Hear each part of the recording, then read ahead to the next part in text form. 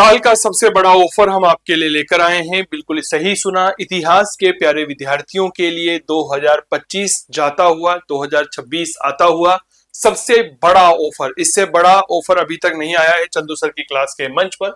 इतिहास के सभी ऑनलाइन कोर्सेज पर 28 तारीख से 5 जनवरी तक यह ऑफर रहेगा। ठीक है, जिसमें इतिहास विषय का अगर आप अर्जुन बैच लेते हैं, जो हमारा फाउंडेशन बैच है, लाइव और रिकॉर्डेड दोनों तरह की कक्षाएं इसमें उपलब्ध है।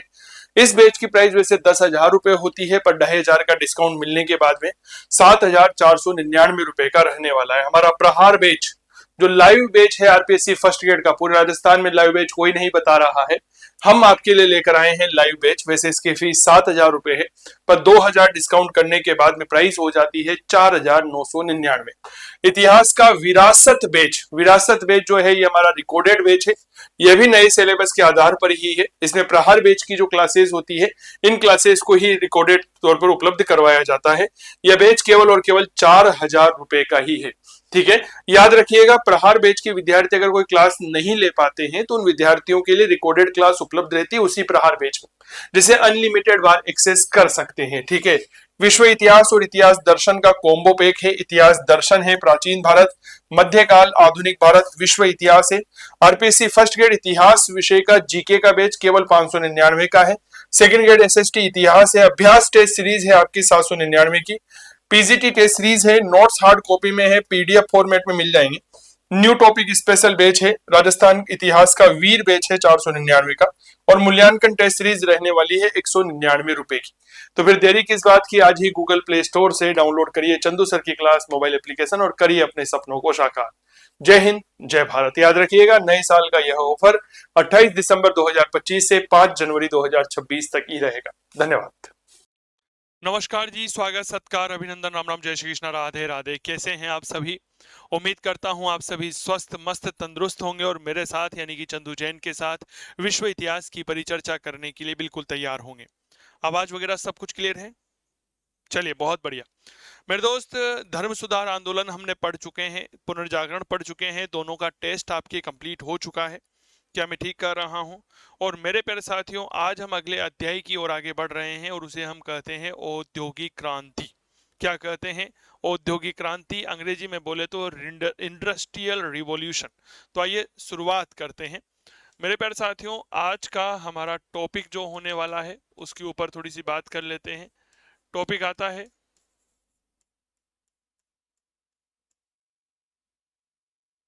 औद्योगिक क्रांति। ठीक है, अगर हम बात करें तो इंडस्ट्रियल रिवॉल्यूशन काफी महत्वपूर्ण अध्याय है। इसमें हमें क्या क्या पढ़ना पड़ता है? परिचय पढ़िएगा, औद्योगिक क्रांति क्या होती है इसे पढ़िए, क्या परिवर्तन हुए, औद्योगिक क्रांति के लिए क्या क्या आवश्यक कारक है, महत्वपूर्ण पहलू पढ़िए, कारण पढ़िए कि आखिरकार इंग्लैंड में ही क्यों हुई। तो आइए इसके बारे में कुछ बातें। सबसे पहले औद्योगिक क्रांति के बारे में अगर मैं बात करता हूं तो सर पढ़ा जाता है जी परिचय, कि आखिरकार औद्योगिक क्रांति क्या है। क्लियर हो गई बात? परिचय, परिचय में पढ़ते हैं यह है क्या। क्लियर हो गई? परिचय के बाद औद्योगिक क्रांति में एक महत्वपूर्ण बिंदु आता है कि क्या परिवर्तन हुए हैं। भाई, औद्योगिक क्रांति में अंतर्गत अगर हम बात करते हैं तो क्या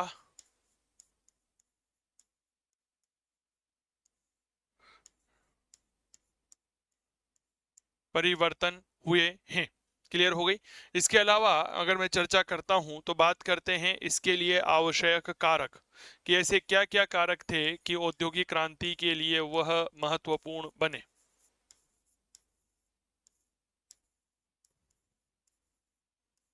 आवश्यक कारक, कुछ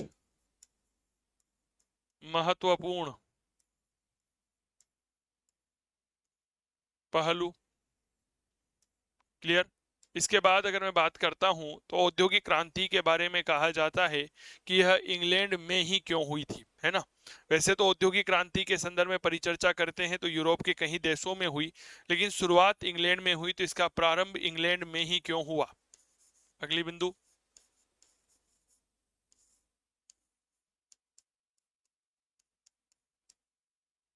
प्रारंभ इंग्लैंड में ही क्यों? भाई कोई दूसरे देश में भी तो शुरुआत हो सकती थी ना, हाँ क्या ना? ठीक है ना। इसके बाद अगर हम बात करते हैं तो वैज्ञानिक और तकनीकी पहलू पर बात करते हैं, या क्या क्या इसके अंतर्गत वैज्ञानिक और तकनीकी विकास हुआ।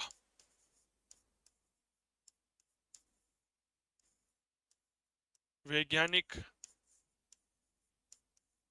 व तकनीकी विकास।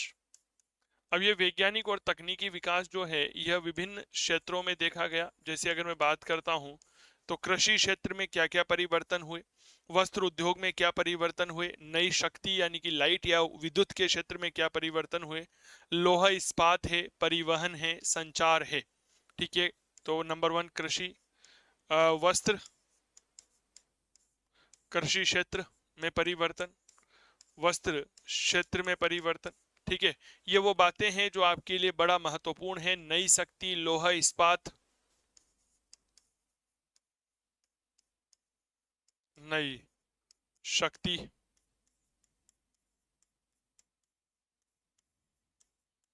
लोहा इस्पात,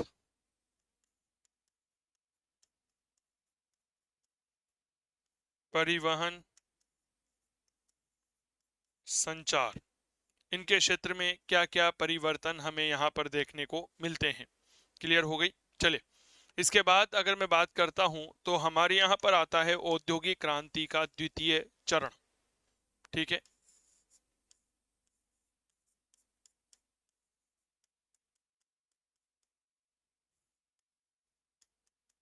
औद्योगिक क्रांति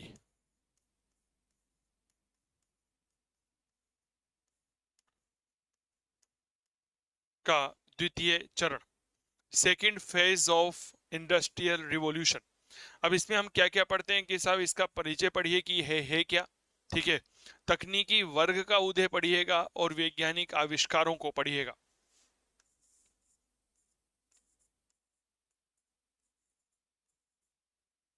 इसका परिचय पढ़िए। ठीक है।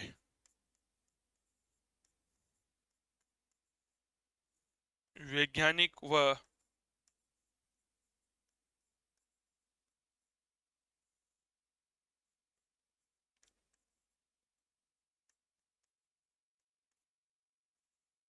तकनीकी आविष्कार आप इसके अंतर्गत लीजिएगा। ठीक है। और इसके अंतर्गत अगर मैं बात करता हूं तो एक नए वर्ग का उदय हुआ और उसे कहते हैं तकनीकी वर्ग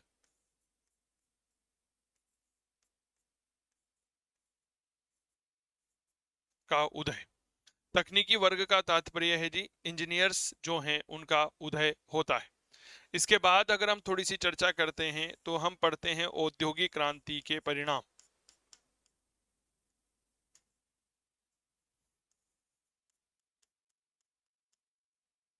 औद्योगिक क्रांति के परिणाम, दो प्रकार के परिणाम देखे गए हैं। पहला परिणाम देखा गया सकारात्मक परिणाम और दूसरा परिणाम देखा गया है नकारात्मक परिणाम, पॉजिटिव और नेगेटिव। ठीक है। तो ये वह पहलू हैं जिन्हें हमें पढ़ना है। क्या ये बात क्लियर हो गई? हाँ या ना का जवाब जरूर साझा करिएगा। औद्योगिक क्रांति के अंतर्गत हमें इन बातों को पढ़ना होता है। परिचय क्या है, क्या परिवर्तन हुए, आवश्यक कार्य, महत्वपूर्ण पहलू, प्रारंभ इंग्लैंड में ही क्यों हुआ। इसके बाद थोड़ा सा वैज्ञानिक और तकनीकी विकास के बारे में पढ़िएगा। वैज्ञानिक और तकनीकी विकास को जब पढ़ते हैं तो कृषि क्षेत्र, वस्त्र क्षेत्र, नई शक्ति, लोहा इस्पात, परिवहन, संचार में परिवर्तन जो हुए उन्हें पढ़ना है।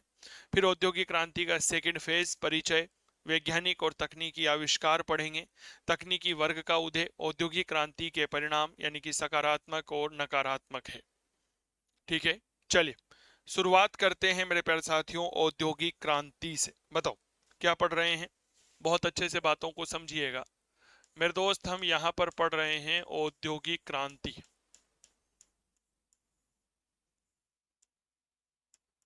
अगर मैं इसे अंग्रेजी में नाम दूं तो इसे कहा जाता है जी इंडस्ट्रियल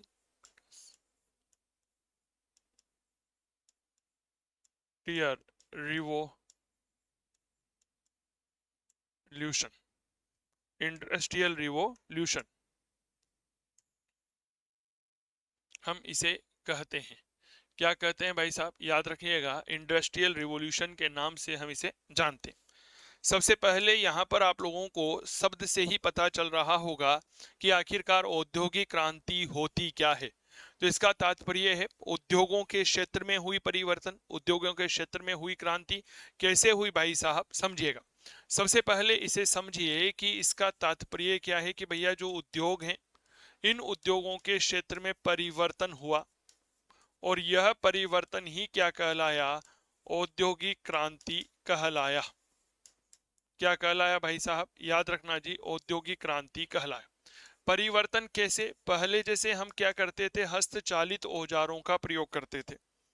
किसका प्रयोग करते थे, हस्तचालित औजारों का प्रयोग करते थे। इसके स्थान पर मशीनों का प्रयोग करके उत्पादन का कार्य करने लगे। क्या ये बात क्लियर हो गई। तो हस्तचालित औजारों का प्रयोग मशीनों ने या शक्ति चालित यंत्रों ने ले लिया। यह मशीनें क्या थी, यह मशीनें थी पावर ओरिएंटेड, यानी कि शक्ति चालित। ठीक है, शक्ति चालित औजारों का प्रयोग करना, औजार कह लो, या फिर हम इसे कह सकते हैं शक्ति चालित यंत्रों का प्रयोग करना।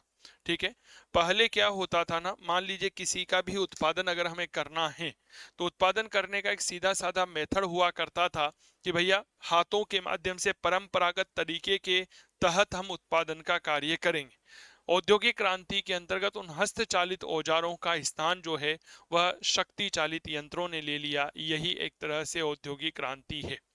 18वीं शताब्दी तक यूरोप एक कृषि प्रधान था, परिणाम स्वरूप मशीनों का अभाव था और मानव श्रम ही माध्यम हुआ करता था। जल शक्ति नहीं थी, वाष्प शक्ति नहीं थी, बड़े उद्योग नहीं थे, कारखाने नहीं थे। एक व्यक्ति को एक इकाई माना जाता था और उससे ही काम निकलवाया जाता था।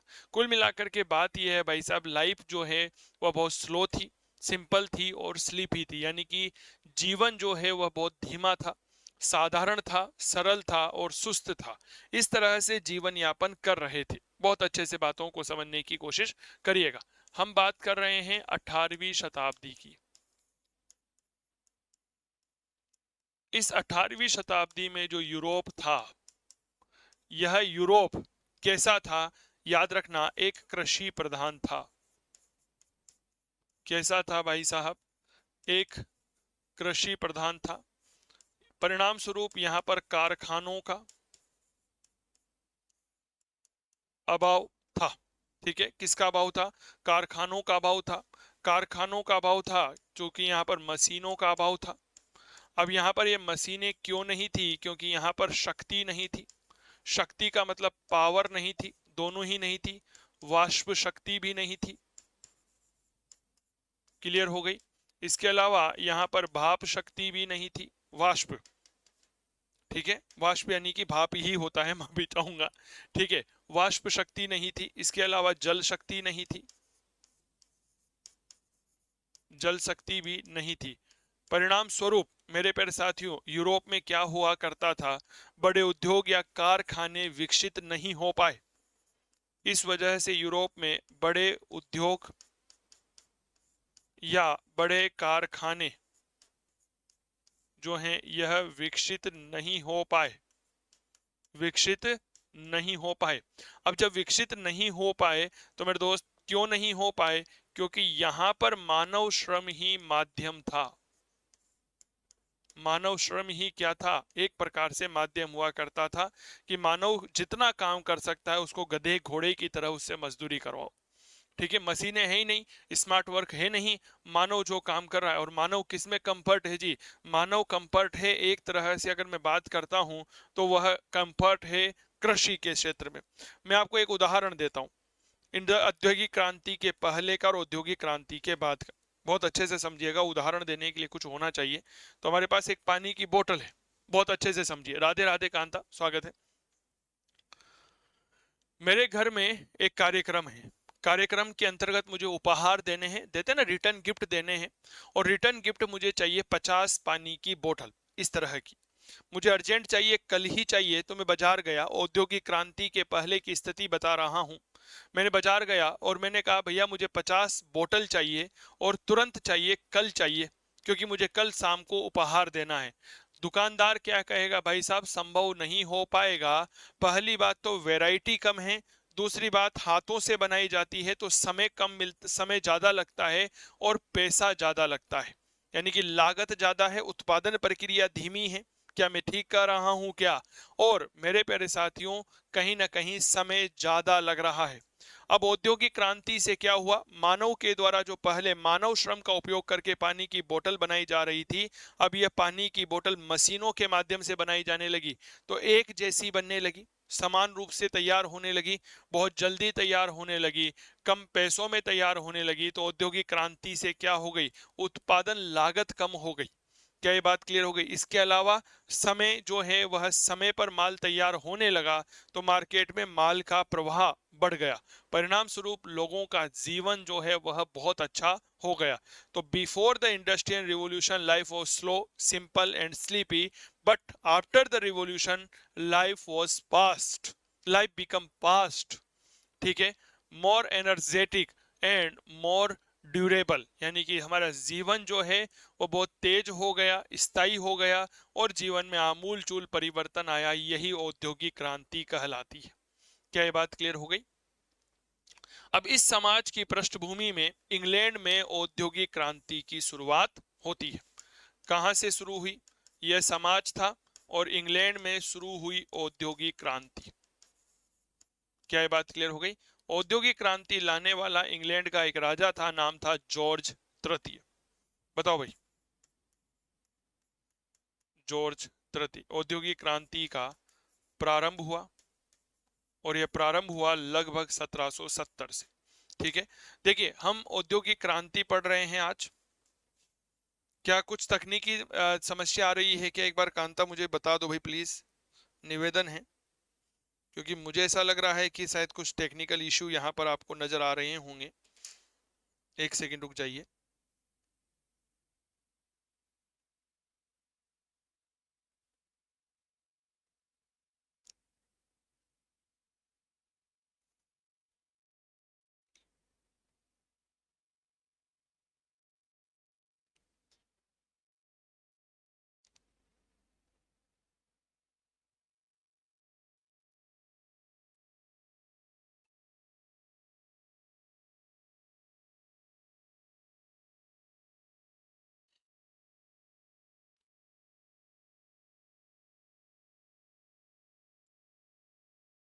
चलिए साहब, तो शुरुआत करते हैं। मेरे प्यारे साथियों, हमने यहाँ पर बात करी औद्योगिक क्रांति की, क्या क्या पढ़ना है वो बताया। औद्योगिक क्रांति ने बेसिकली उद्योगों में परिवर्तन कर दिया, यही औद्योगिक क्रांति थी। क्या ये बात क्लियर हो गई? क्या हाँ ना का जवाब दीजिएगा। ठीक है, अब सही है ना? अब सही है, अब नहीं आ रही होगी प्रॉब्लम। बेसिकली लाइव क्लास में थोड़ा सा यह इश्यू रहता है। क्या मैं ठीक कर रहा हूं क्या?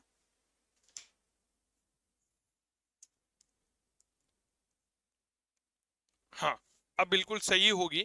अब कोई तकनीकी समस्या नहीं होगी, फिर भी अगर आए तो हमें जरूर सूचना उपलब्ध करवाइएगा। उद्योगों के क्षेत्र में परिवर्तन हुआ, हस्तचालित औजारों का स्थान मशीनों ने ले लिया, शक्तिशाली औजारों ने ले लिया। 18वीं शताब्दी में यूरोप का समाज एक कृषि प्रधान समाज था, मानव श्रम ही माध्यम हुआ करता था। कारखानों या मशीनों का अभाव था, क्यों? क्योंकि शक्ति नहीं थी, बड़े उद्योग कारखाने विकसित नहीं हुए। इसी पृष्ठभूमि में इंग्लैंड में औद्योगिक क्रांति का प्रारंभ हुआ 1770 में। इस समय जॉर्ज तृतीय था। डायरेक्ट प्रश्न पूछा जाता है कि बताओ इंग्लैंड में जब औद्योगिक क्रांति हुई तब वहां का राजा कौन था? तो नाम याद रखिएगा, जॉर्ज तृतीय था। तो कुछ बातें लिख लेते हैं। सबसे पहले कुछ परिभाषाएं, फिर हम आगे बढ़ते हैं और फिर औद्योगिक क्रांति क्या है वो एक अलग मैटर हम आपके लिए लेकर के आएंगे। तो सबसे पहले उत्पादन प्रक्रिया, उत्पादन प्रणाली में हुआ परिवर्तन। ठीक है, जिसने हस्तचालित औजारों का स्थान शक्ति चालित यंत्रों या औजारों ने ले लिया। तो लिखिए औद्योगिक क्रांति। औद्योगिक क्रांति, ठीक है। क्या है औद्योगिक क्रांति? तो बहुत अच्छे से सुनिएगा।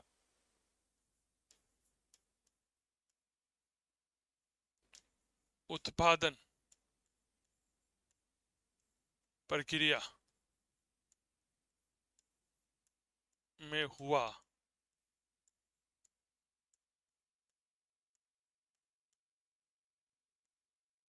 परिवर्तन,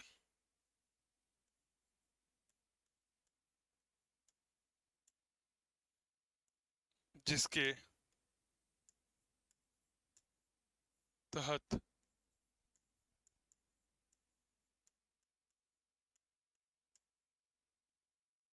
हस्तचालित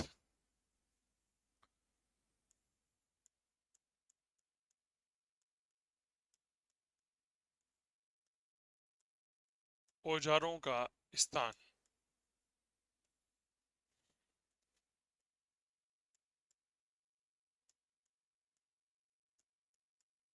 शक्ति चालित यंत्रों या औजारों ने ले लिया। यह है सर एक औद्योगिक क्रांति की अगर मैं परिभाषा आपके समक्ष रखने का प्रयास करता हूं तो यह परिभाषा निकल करके सामने आती है। बताओ भाई, क्लियर हो गई? अब समझिए, मैं यहां पर लिख रहा हूं औद्योगिक क्रांति।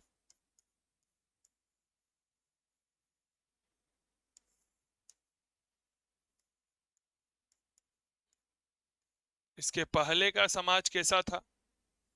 तो याद रखिएगा,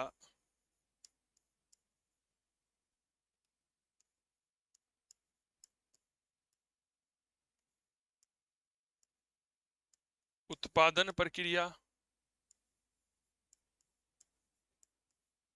धीमी थी,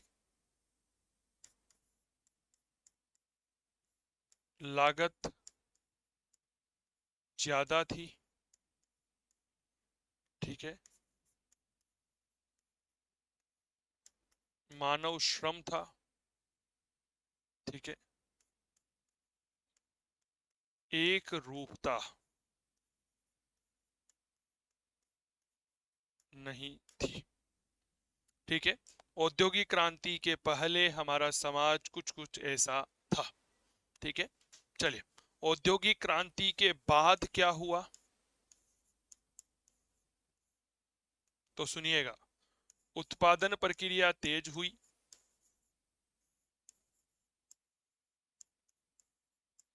उत्पादन प्रक्रिया तेज हुई। क्या ये बात क्लियर हो गई? लागत में कमी आई।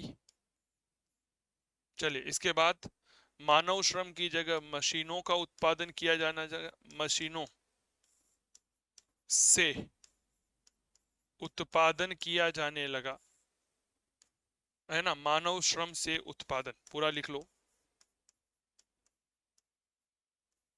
वह एक रूपता आ गई, लिख लो भाई साहब।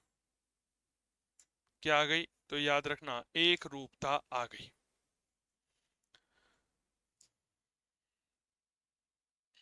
लिख लो यहां तक।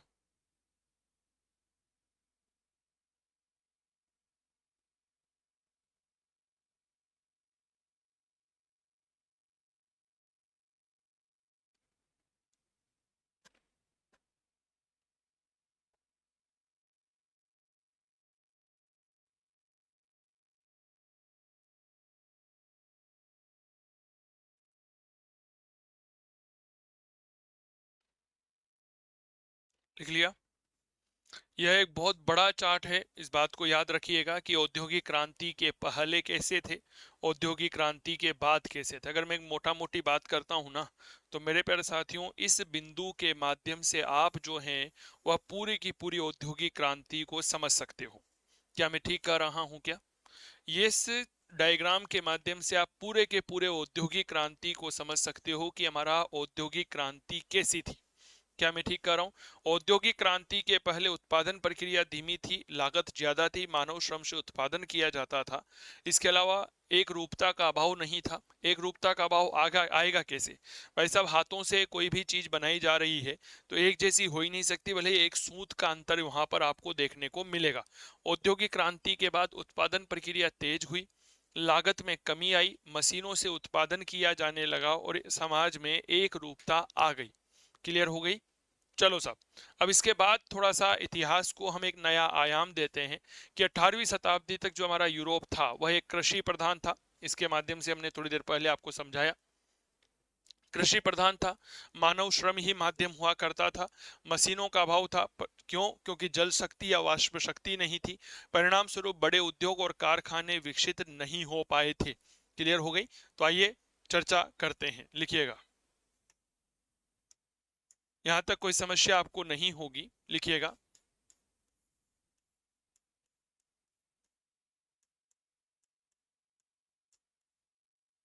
18वीं शताब्दी तक यूरोप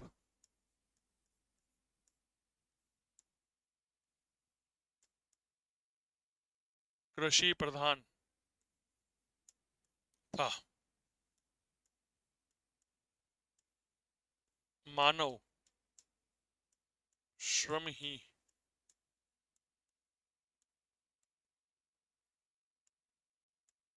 माध्यम था। मानव श्रम ही क्या था? माध्यम था। परिणामतः मानव श्रम क्या था? माध्यम था।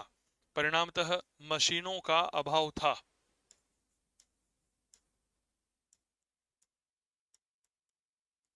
मशीनों का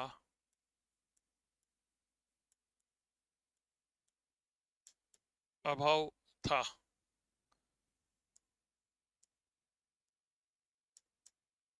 शक्ति या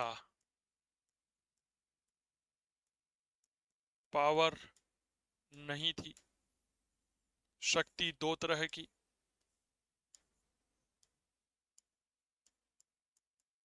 वाष्प शक्ति और जल शक्ति।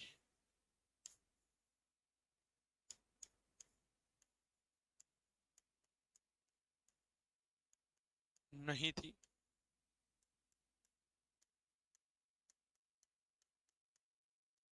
परिणामतः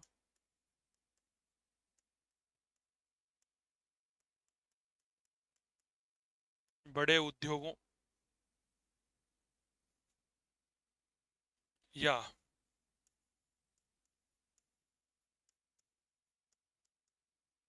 कारखानों का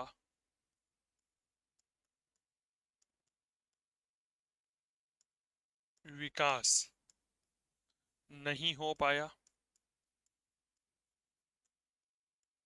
नहीं हो पाया।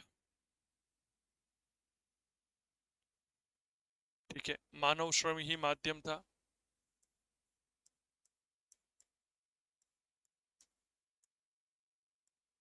एक व्यक्ति को एक इकाई माना जाता था। औद्योगिक क्रांति का परिणामतः बड़े उद्योगों या कारखानों का विकास नहीं हो पाया। ठीक है,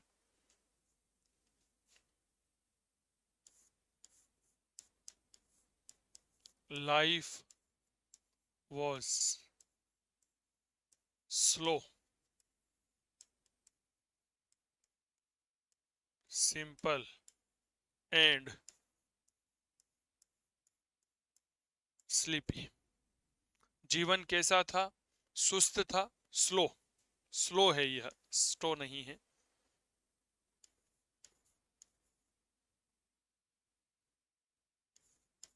स्लो, स्लो का मतलब धीमा।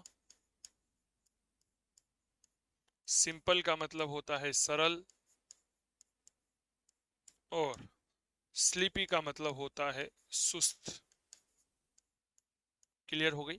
यानी कि एक मनुष्य का जीवन कैसा था? लाइफ वो स्लो, सिंपल एंड स्लीपी। भाई साहब, कोई काम ही नहीं था, एक निश्चित काम था, उसको कर करा करके मौज।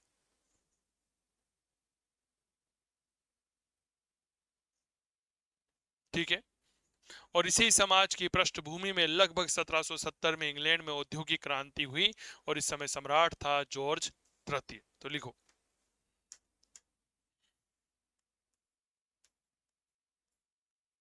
इस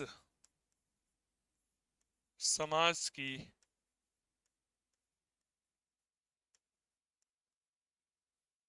पृष्ठभूमि में 1770 ईस्वी में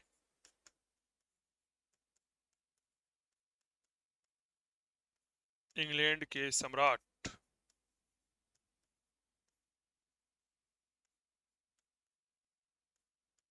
जॉर्ज तृतीय के समय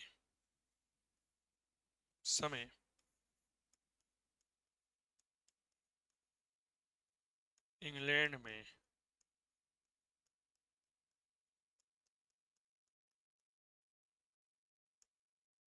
औद्योगिक क्रांति हुई।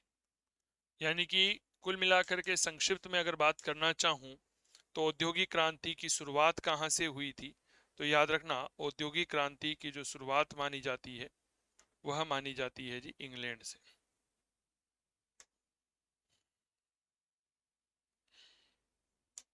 क्लियर हो गई, लिख लो।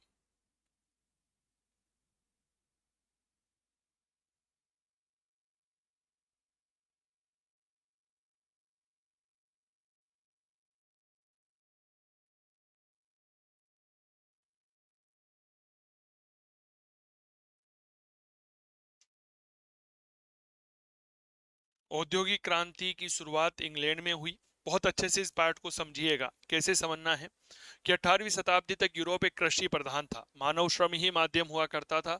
मशीनों का अभाव था, शक्ति नहीं थी। मशीनों का अभाव क्यों था पता है आपको? क्योंकि लाइट ही नहीं थी भाई साहब। अरे जब लाइट नहीं होगी ना तो भाई साहब उत्पादन करेंगे कहां से? तो वाष्प शक्ति और जल शक्ति नहीं थी। बड़े उद्योग कारखानों का विकास नहीं हो पाया। लाइफ जो है वह स्लो थी, सिंपल थी, स्लीपी थी, यानी कि जीवन जो है वह धीमा, सरल और सुस्त था। क्लियर हो गई। इस समाज की पृष्ठभूमि में 1770 में इंग्लैंड के सम्राट जॉर्ज तृतीय के समय इंग्लैंड में औद्योगिक क्रांति हुई। लिख लिया। अब औद्योगिक क्रांति के दो चरण माने जाते हैं। क्लियर हो गई। पहला चरण की शुरुआत जो है वह इंग्लैंड में हुई और दूसरे चरण की शुरुआत जर्मनी में हुई। बेल्जियम दूसरा देश था जहां पर औद्योगिक क्रांति हुई। रूस में सबसे बाद में औद्योगिक क्रांति हुई थी। क्लियर हो गई। तो आओ कुछ बात करते हैं।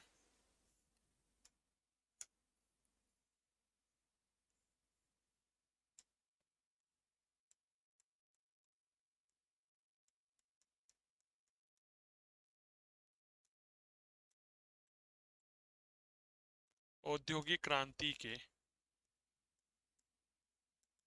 चरण।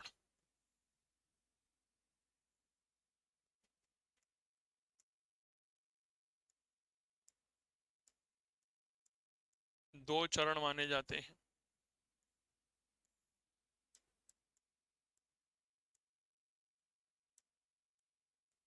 First, second. कितने चरण माने जाते हैं जी? दो चरण औद्योगिक क्रांति के माने जाते हैं। पहले चरण का प्रारंभ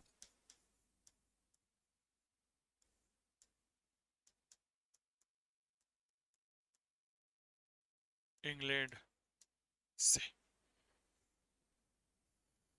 कहां से हुआ? इंग्लैंड से हुआ। ठीक है।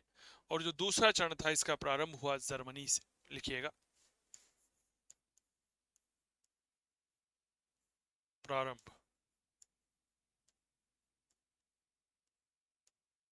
जर्मनी से।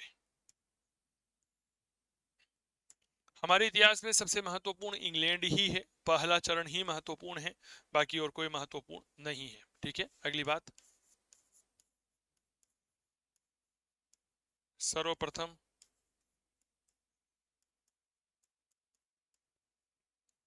इंग्लैंड में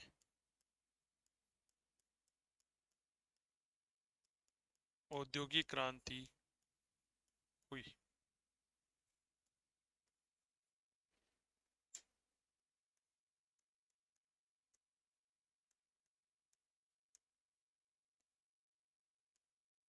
बेल्जियम दूसरा देश था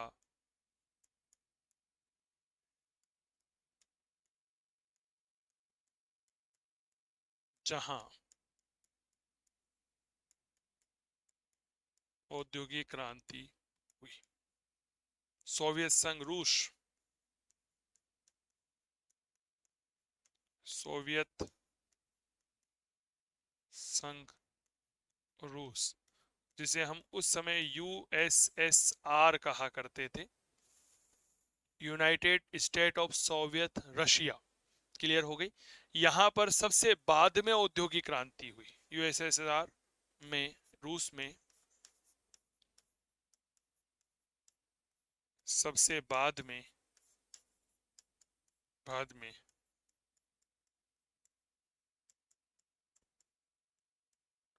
औद्योगिक क्रांति हुई। अब यहां पर आपको यह जानना चाहिए कि यहां पर सबसे बाद में क्यों हुई।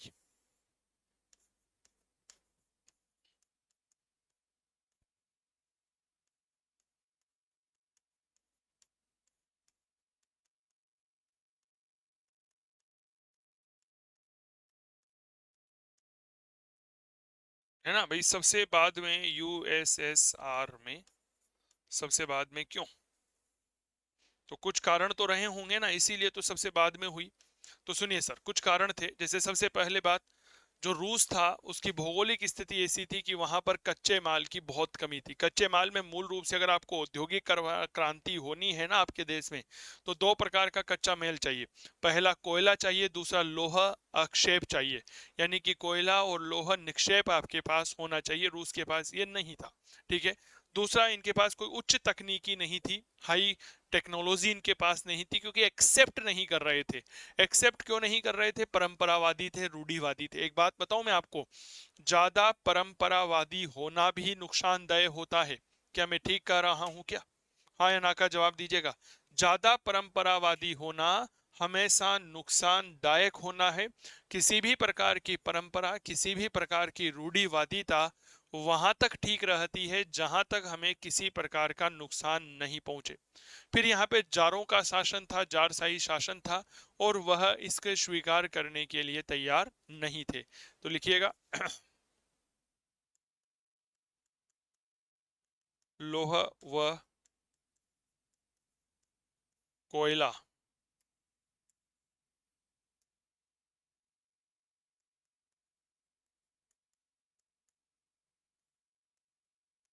निक्षेपों की कमी। ठीक है। लोहा और कोयला निक्षेप जो हैं इनकी बहुत ज्यादा कमी थी।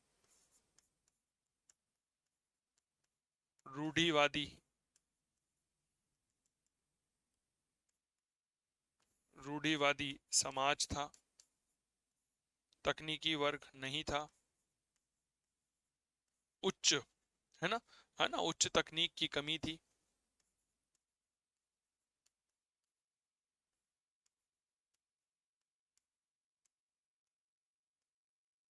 और मेरे दोस्त,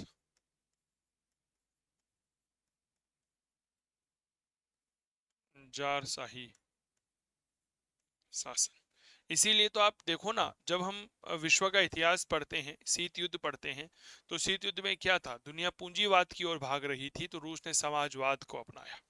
क्या ये बात क्लियर हो गई? तो लिख लो यहां तक। 1 मिनट लिखिए, मैं आपसे मुलाकात करता हूँ। 1 मिनट का समय दीजिएगा।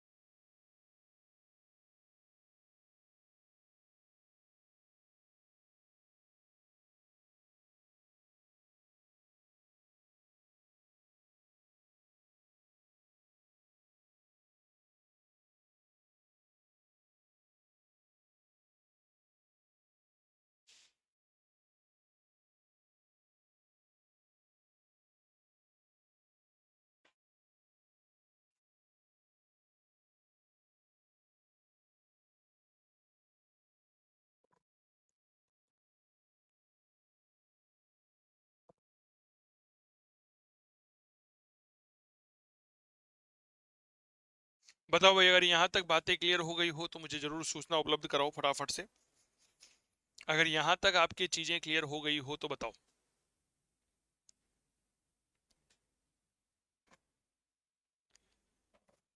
चलिए, तो औद्योगिक क्रांति के चरण हो गए। अब थोड़ी सी बात करते हैं कि आखिरकार औद्योगिक क्रांति है क्या भाई साहब, हैं?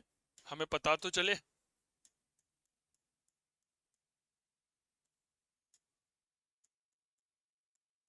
औद्योगिक क्रांति क्या है भाई, हमें पता तो चले कि भाई साहब हम जिस औद्योगिक क्रांति की चर्चा इतने समय से कर रहे हैं आखिर वो क्या है। ठीक है, तो एक सिंपल सी भाषा में समझने की कोशिश करिएगा कि औद्योगिक क्रांति है क्या।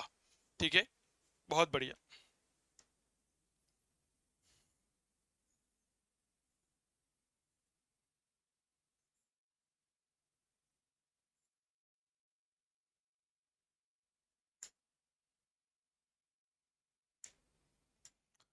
औद्योगिक क्रांति क्या है, तो बहुत अच्छे से समझिएगा। औद्योगिक क्रांति से अगर मैं कहूं तो कृषि प्रधान समाज से औद्योगिक समाज में परिवर्तन हो गया।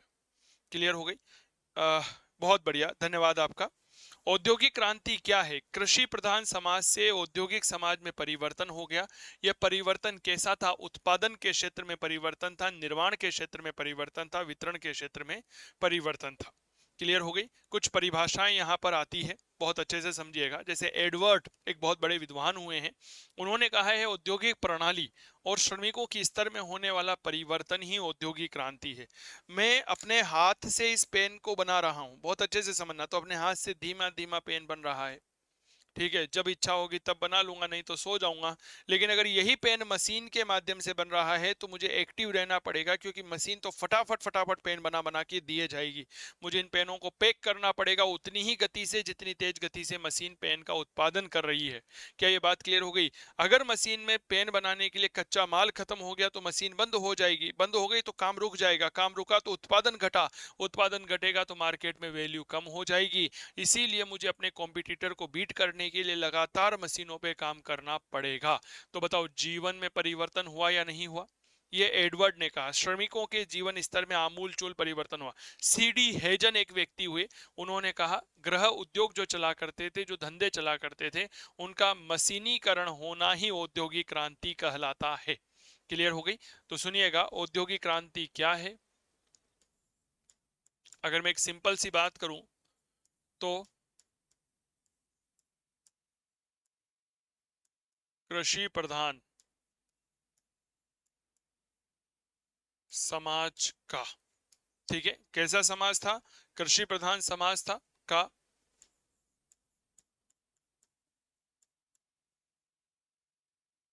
का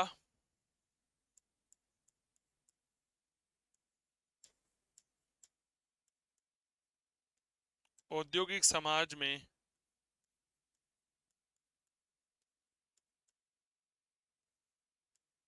परिवर्तन ही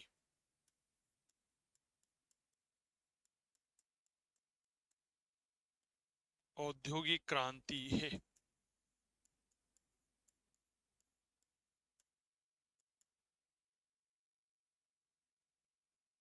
कृषि प्रधान समाज औद्योगिक समाज में बदल गया, आप इस तरह से समझिएगा।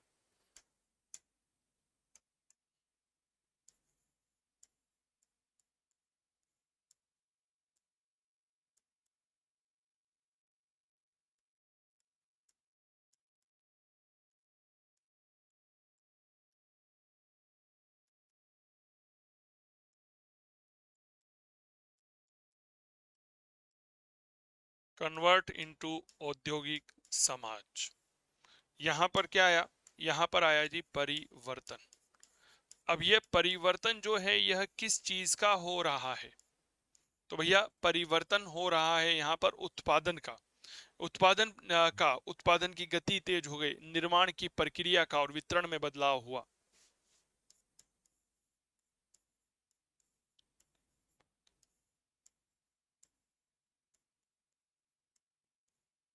ठीक है, उत्पादन प्रक्रिया में परिवर्तन हुआ। उत्पादन और निर्माण तो एक ही है। जब उत्पादन प्रक्रिया में परिवर्तन हुआ तो वितरण प्रक्रिया में परिवर्तन हुआ।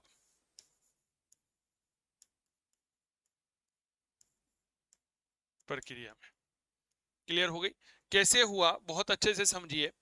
जब आपके मशीनों का उपयोग करने लगे तो पहले आप जो हैं वह क्या था? ठीक है, जीवन चल रहा था, अपने मूलभूत आवश्यकताएं पूरी हो रही थी, लेकिन अब मशीनों के माध्यम से आपको तेज गति से निर्माण करना पड़ेगा, उत्पादन करना पड़ेगा। जब तेज गति से आपके पास वस्तुएं बन रही है तो आपका वितरण भी तो वैसा ही होना चाहिए, डिस्ट्रीब्यूशन। क्या मैं ठीक कर रहा हूँ? मान लीजिए पहले मैं एक दिन में 2 पेन बनाया करता था, ठीक है, 2 पेन बिक जाया करते थे, अगर नहीं भी बिके तो वो इतना चुड़म वाली बात नहीं थी। लेकिन औद्योगिक क्रांति होने की वजह से अब मैं दिन में 200 पेन बनाने लगा हूं। अगर मेरे वह 200 पेन नहीं बिके तो मेरे दोस्त, मैं इतने सारे पेनों का करूंगा क्या? तो मुझे अपना वितरण प्रणाली को सुधार करना पड़ेगा। यही तो बाजारवाद है सर। क्या ये बात क्लियर हो गई क्या?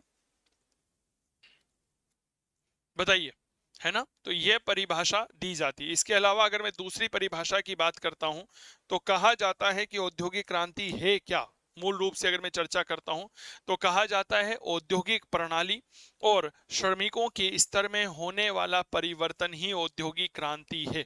तो लिखिएगा, औद्योगिक प्रणाली,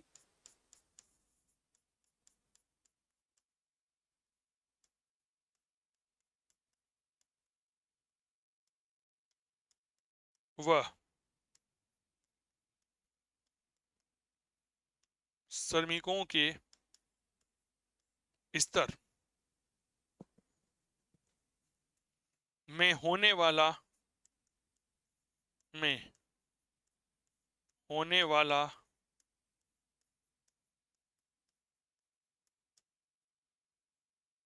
परिवर्तन ही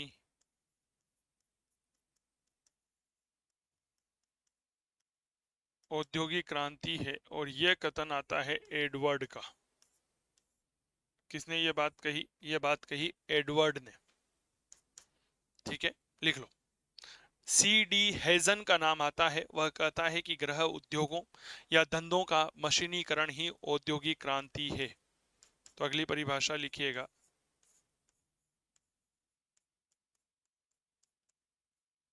गृह उद्योगों या का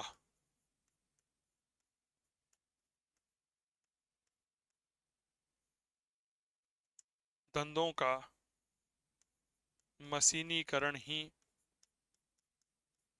औद्योगिक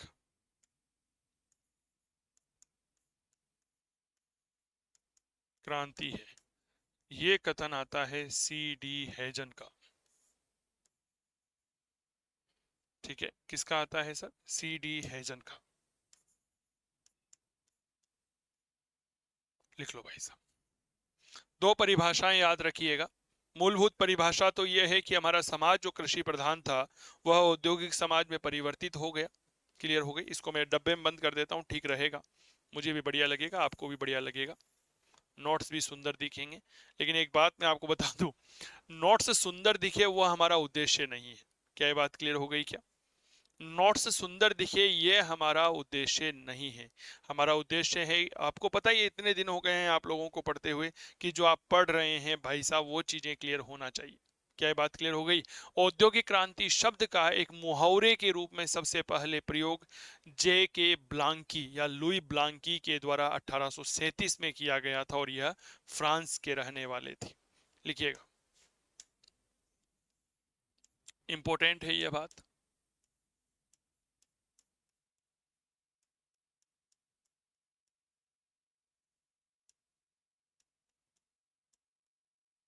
औद्योगिक क्रांति शब्द का एक मुहावरे के रूप में प्रथम प्रयोग, है ना, मुहावरे के रूप में, या हम कह सकते हैं औद्योगिक क्रांति शब्द का पहला प्रयोग जो है जे के ब्लांकी या लुई ब्लांकी के द्वारा किया गया था। जे के ब्लांकी या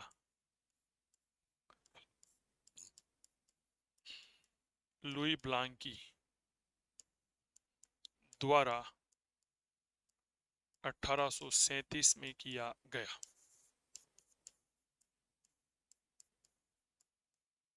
किसने किया सर? तो भैया याद रखना जी, लुई ब्लांकी ने किया। इन्हें हम जे के ब्लांकी भी कहते हैं। ये कहाँ के रहने वाले थे? यह फ्रांस के रहने वाले थे,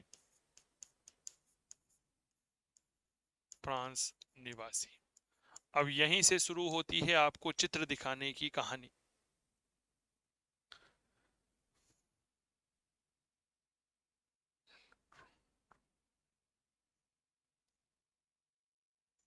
सर ये है आपके जेके ब्लांकी साहब, ठीक है। ये जो चित्र आप देख रहे हैं, यह व्यक्ति है जेके ब्लांकी, फ्रांस का रहने वाला था। इसे ही हम लुई ब्लांकी कहते हैं। क्या कहते हैं सर? याद रखना, लुई ब्लांकी कहते हैं। और इन्हीं के द्वारा 1837 में सबसे पहले औद्योगिक क्रांति शब्द का प्रयोग किया गया था, ठीक है।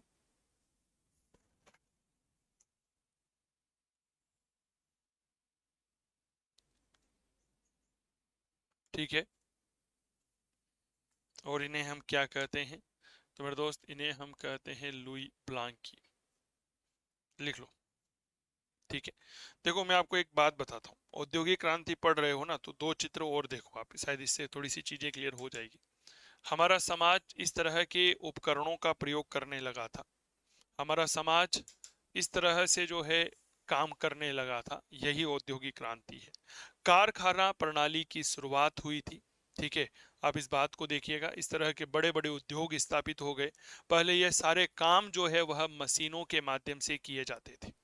क्या ये बात क्लियर हो गई? पहले ये सारे काम कैसे किए जाते थे? मशीनों के माध्यम से किए जाते थे, लेकिन अब ये सारे काम जो है उद्योगों में किए जाने लगे थे, ठीक है।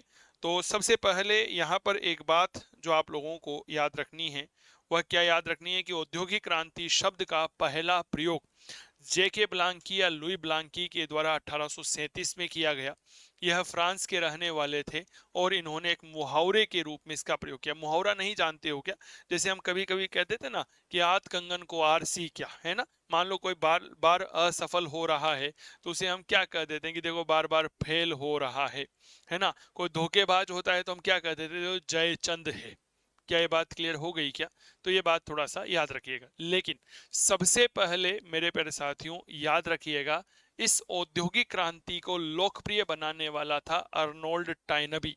यह इंग्लैंड का रहने वाला था। इन्होंने कहा कि 1760 से लेकर 1820 तक हुए जो परिवर्तन है वही औद्योगिक क्रांति है। इन्होंने किताब लिखी थी 18th century industrial revolution in England, ठीक है। तो औद्योगिक क्रांति को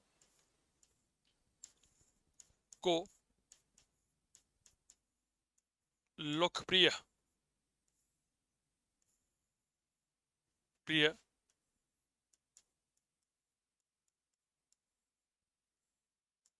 इंग्लैंड के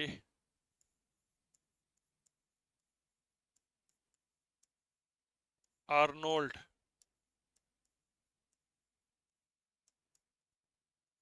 टाइनबी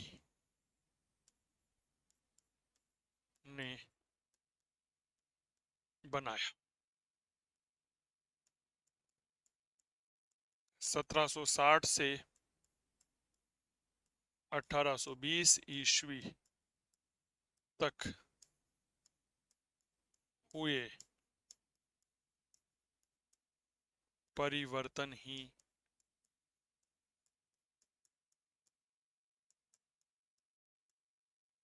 औद्योगिक क्रांति है, ठीक है। इन्होंने क्या कहा? 1760 से लेकर 1820 तक जो परिवर्तन हुए हैं यही औद्योगिक क्रांति है। इन्होंने किताब लिखी थी अर्नोल्ड टाइनबी ने, ठीक है। इंग्लैंड के रहने वाले थे यह। अब इनकी किताब कौन सी है थोड़ा सा उसे समझिएगा, 18th century industrial revolution in England. तो इनकी बुक का नाम याद रखिएगा,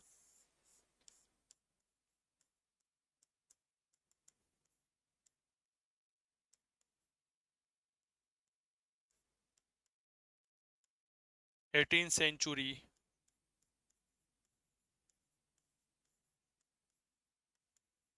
इंडस्ट्रियल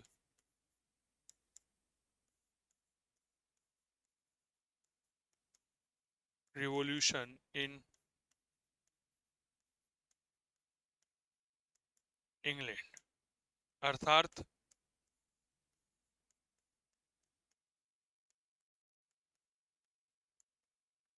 18वीं शताब्दी में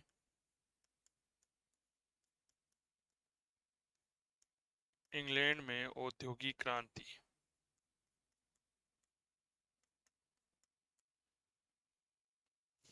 ये इनकी बहुत प्रसिद्ध किताब आती है। ये है sir Arnold Toynbee.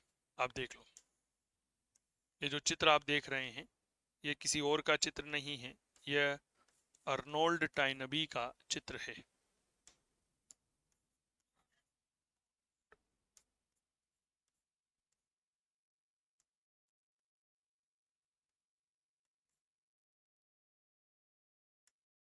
Arnold Toynbee. औद्योगिक क्रांति शब्द का एक मुहावरे के रूप में पहला प्रयोग किया था ब्लाकी महोदय ने। ठीक है, 1837 में किया, फ्रांस के रहने वाले थे, लेकिन इसे लोकप्रिय बनाया अर्नोल्ड टाइनबी ने। 1760 से 1820 तक के हुए परिवर्तन को ही औद्योगिक क्रांति कहा। इनकी किताब आती है 18 century industrial revolution in England, 18वीं शताब्दी में इंग्लैंड में औद्योगिक क्रांति। ठीक है, अब बहुत अच्छे से समझिए कि सर औद्योगिक क्रांति में मूल रूप से क्या क्या परिवर्तन हुए। ये तो हमने यहाँ पर क्या देख लिया कि मूल रूप से औद्योगिक क्रांति क्या है, इसके बारे में कुछ परिभाषाएं पढ़ ली। क्या मैं ठीक कर रहा हूँ मेरे बच्चों? बताओ भाई।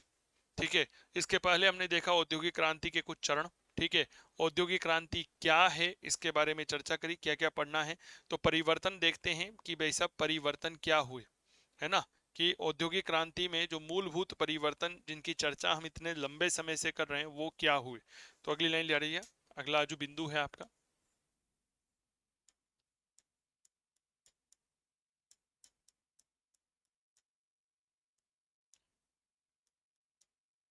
औद्योगिक क्रांति में हुए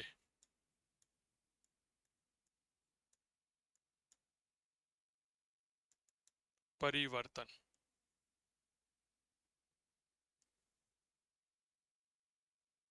ठीक है सर, क्या क्या परिवर्तन हुआ? तो भाई साहब समाज आमूलचूल परिवर्तन हुआ जी।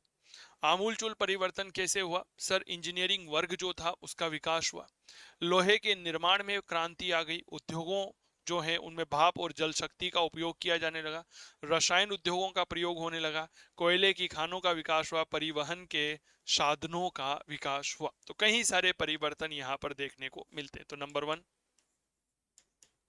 साथ में लिख लेना, ठीक है ना, इंजीनियरिंग का विकास।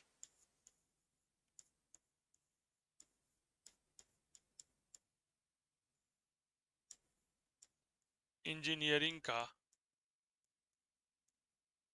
विकास सबसे पहला बड़ा परिवर्तन।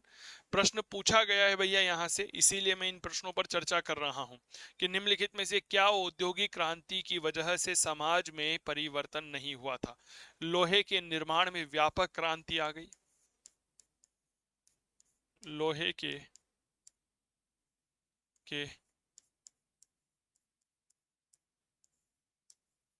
निर्माण में क्रांति। अब आप पूछोगे सर लोहे के निर्माण में क्रांति क्यों आई? तो भैया लोहे के निर्माण में क्रांति आने का मूल कारण था कि जितने भी मशीनें बन रही थी उन मशीनों के लिए लोहे की आवश्यकता थी, क्योंकि अभी तक इस्पात की खोज नहीं हुई थी। क्लियर हो गई? इसके बाद उद्योगों में भाप और जल शक्ति का उपयोग किया जाने लगा। लिखिएगा,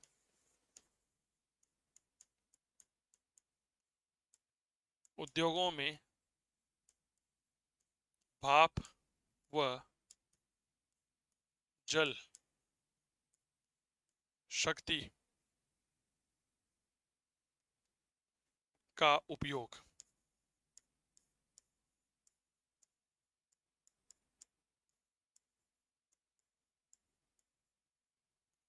प्रारंभ हुआ।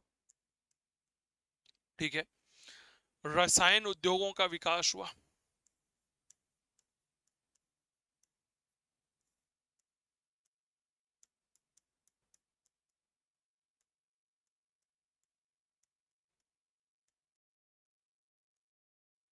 रसायन उद्योगों का विकास हुआ, कोयले की खानों का विकास हुआ, क्योंकि भाई साहब भाप के लिए, लाइट के लिए कोयला तो बहुत आवश्यक है, तो लिखिएगा कोयले की खानों का विकास।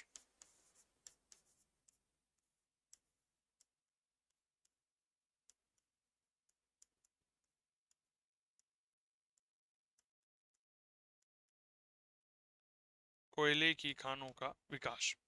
इसके बाद परिवहन के साधनों का विकास।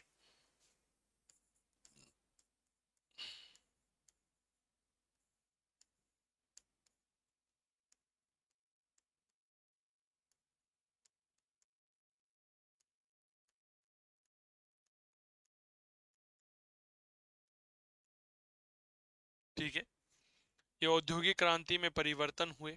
ठीक है, इंजीनियरिंग का विकास हुआ, लोहे के निर्माण में क्रांति आई, उद्योगों में भाप और जल शक्ति का उपयोग शुरू हुआ, रसायन उद्योगों का विकास हुआ, कोयले की खानों का विकास, परिवहन के साधनों का विकास। अब थोड़ा सा इनको डिटेल में समझने की कोशिश करते। भाई साहब, मशीनीकृत समाज हो गया था, मशीनें खराब होने लगी तो इंजीनियर की आवश्यकता थी। क्या ये बात क्लियर हो गई? मशीनों के निर्माण के लिए बुद्धि की आवश्यकता थी और मशीनों का काम इंजीनियर ही करते हैं। ये मशीन बनेगी काहे से? लोहे से बनेगी, तो लोहे के निर्माण में क्रांति आ गई। मशीन चलेगी काहे से? तो विद्युत शक्ति चाहिए, तो भाप और जल शक्ति का शुरुआत हो गया। आपने कृषि के क्षेत्र में आमूलचूल परिवर्तन कर दिया, तो भाई साहब रसायन उद्योगों का विकास होने लगा। कोयले की खानों का विकास हुआ, क्योंकि कोयले से भाप बनती थी और भाप से आग बनती थी। और परिवहन के साधन, क्योंकि मशीनों से उत्पादन ज्यादा होने लगा, उत्पादन ज्यादा होने लगा तो उसको लेके कैसे जाएंगे? तो भाई साहब परिवहन के नए नए साधन विकसित होने लगे। क्लियर हो गई? अब सर यहां पर अगला बिंदु समझिए कि किसी भी देश में अगर औद्योगिक क्रांति प्रारंभ होती है तो उसके लिए क्या क्या आवश्यक कार्य हैं, क्या क्या आवश्यक बातें हैं जिस वजह से औद्योगिक क्रांति हो सकती है। ठीक है, तो अगला बिंदु लिखें।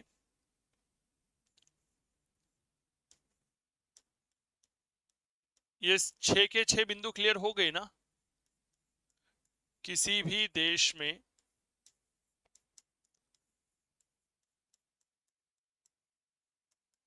औद्योगिक क्रांति हेतु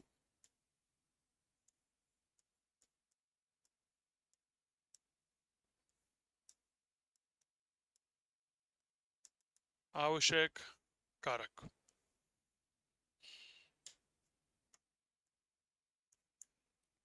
एक कल्पना करो कि अगर कोई देश अपने यहाँ पर औद्योगिक क्रांति शुरू करना चाहता है तो उसके पास क्या क्या चीजें होनी चाहिए। सबसे पहले तो कुछ प्राकृतिक संसाधन उपलब्ध होने चाहिए, तो नंबर 1 लिखिएगा। मैं घूम ही जाता हूं ताकि बढ़िया लिख सकूं। प्राकृतिक संसाधनों की उपलब्धता, संसाधनों की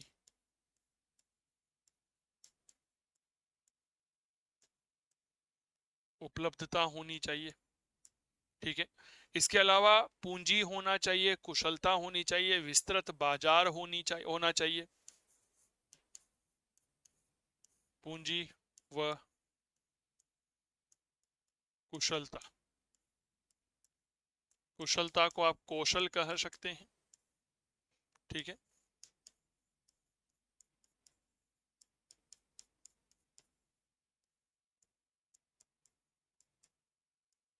औद्योगिक बाजार।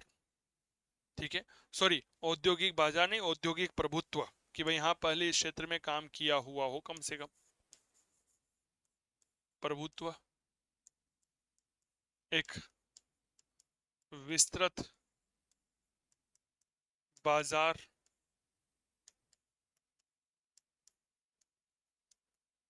राजनीतिक स्थिरता। ठीक है ना, सामाजिक सहयोग।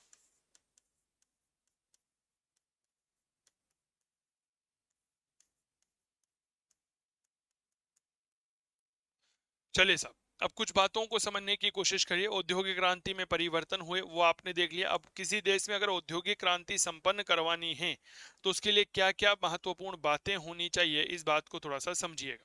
ठीक है, बहुत अच्छे से बातों को जानिए। क्या औद्योगिक क्रांति उन्हीं देश में हो सकती है जहां पर प्राकृतिक संसाधन हो? बिल्कुल सही बात है। देखो भाई साहब, अगर अपने पास कोयला है, अपने पास लोहा है, तो हमें दूसरे देश से खरीदने की आवश्यकता नहीं पड़ेगी।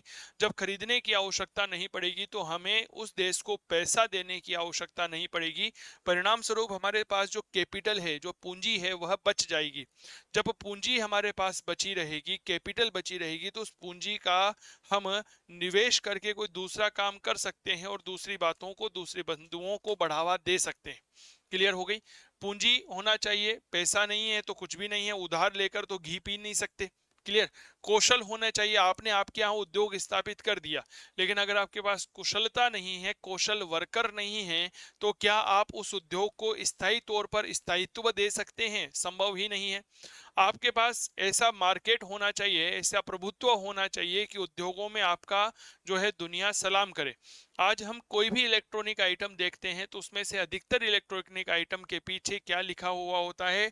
रिपब्लिक ऑफ चाइना, ROC लिखा हुआ होता है। क्या ये बात क्लियर हो गई? या मेड इन चाइना लिखा होता है, क्योंकि जी प्रभुत्व है। चीन ने कुछ समय पहले, आपको पता होगा, सिलिकॉन चिप बनाना बंद कर दिया था, तो हमारे भारत ही नहीं पूरे विश्व में कारों का उत्पादन रुक गया था। 50 रुपए की सिलिकॉन चिप की वजह से 1-1 करोड़, 2-2 करोड़, 5-5 करोड़ की कारें नहीं बन रही थी। आप कल्पना करें, क्यों? प्रभुत्व है जी। ठीक है। इसके बाद एक बहुत विस्तृत बाजार होना चाहिए। आप माल का उत्पादन कर रहे हो लेकिन बेचने के लिए जगह नहीं है, तो कहां बेचोगे? इंग्लैंड में ही औद्योगिक क्रांति क्यों है, इसके बारे में चर्चा करूंगा, क्योंकि इंग्लैंड जो है भाई साहब एक ऐसा देश था जिसके पास अपने कई सारे उपनिवेश थे, तो इंग्लैंड अपने यहाँ तैयार माल को इन उपनिवेशों में बेच दिया करता था। राजनीतिक स्थिरता बहुत जरूरी है। पता चले, एक तो हर वर्ष जो है आपके यहाँ सरकार बदल रही है, सरकार बदलेगी तो उसकी नीतियां बदलेगी, और नीतियां बदलेगी तो आपको उद्योगों में आमूलचूल परिवर्तन करना पड़ेगा। क्या मैं ठीक कह रहा हूं?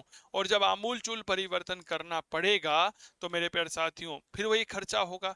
तो एक स्टेबिलिटी होना बेहद जरूरी है। आप देखिए, भारत के वह राज्य जहां पर राजनीतिक स्थिरता है वहां पर बहुत विकास हुआ है, जैसे गुजरात, महाराष्ट्र, ये हमारे सामने दो बड़े उदाहरण हैं। लेकिन वह राज्य जहां पर राजनीतिक अस्थिरता है वहां पर उद्योगों का विकास नहीं हो पाया है, जैसे बिहार। क्या ये बात क्लियर हो गई? जैसे अगर मैं बात करता हूं तो आप छत्तीसगढ़ देख लीजिए, झारखंड देख लीजिए। ठीक है, यहां पर उद्योगों का विकास नहीं हो पाया है। सामाजिक सहयोग, लोगों के द्वारा भी तो सहयोग किया जाना चाहिए। आप याद करिए, कुछ समय पहले तमिलनाडु में एक पावर प्लांट लगना था, वहां के स्थानीय लोगों के द्वारा विरोध किया गया। राजस्थान के बांसवाड़ा में न्यूक्लियर पावर प्लांट लगना था, उसका विरोध वहां के लोगों के द्वारा किया गया। भाई साहब, जब तक आम जनता का सहयोग नहीं मिलेगा तब तक हम किसी भी प्रकार के उद्योग के विकास की कल्पना नहीं कर सकते। आम जनता को भी यह समझना चाहिए कि यह उद्योग लग रहा है तो इससे उन्हीं को रोजगार मिलेगा, क्योंकि हमारे देश में जनसंख्या ज्यादा है और उद्योग कम है। क्या यह बात क्लियर हो गई? तो यह कुछ महत्वपूर्ण पहलू।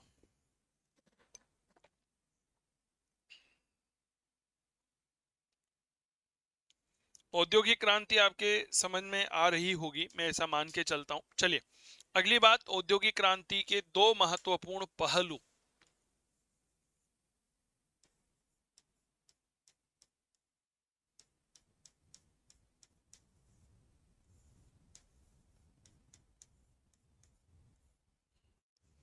औद्योगिक क्रांति के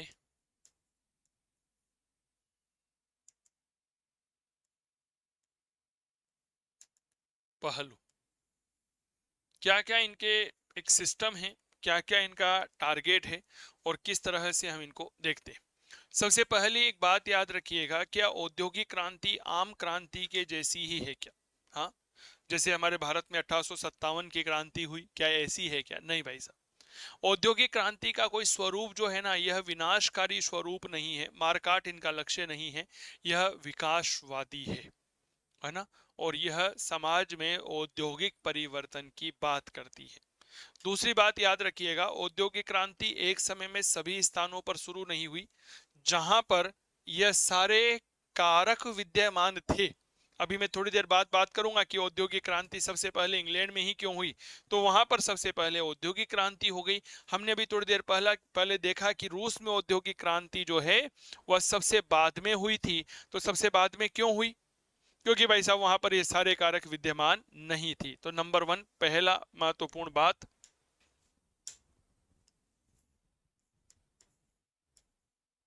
यह एक सामान्य क्रांति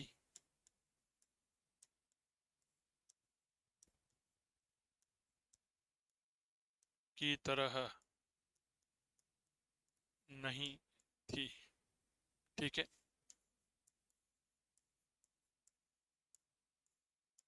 इसका स्वरूप विकासवादी व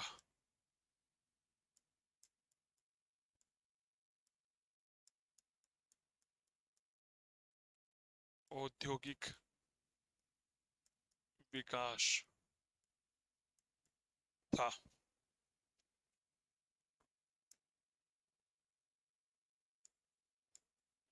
यह सभी स्थानों पर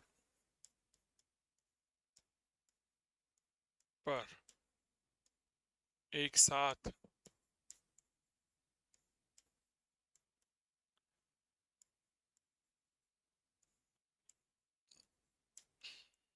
प्रारंभ नहीं हुई।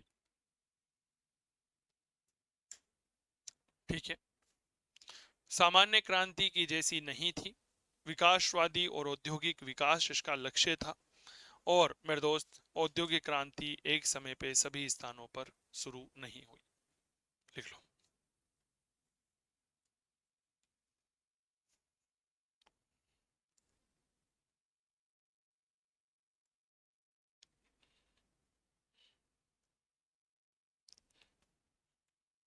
अब हम बात करते हैं कि औद्योगिक क्रांति इंग्लैंड में ही क्यों हुई, है ना। तो अगली लाइन लिखिएगा, औद्योगिक क्रांति के कारण।